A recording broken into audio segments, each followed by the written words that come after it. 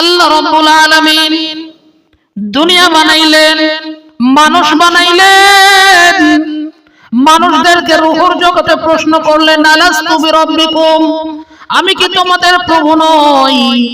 মানুষ বলেছিলেন, ক্বালু বালা, হ্যাঁ হ্যাঁ আপনি আমাদের প্রভু। আল্লাহ রাব্বুল আলামিন কায়নাত সৃষ্টি করলেন, আসমান সৃষ্টি করলেন, জমিনকে সৃষ্টি করলেন।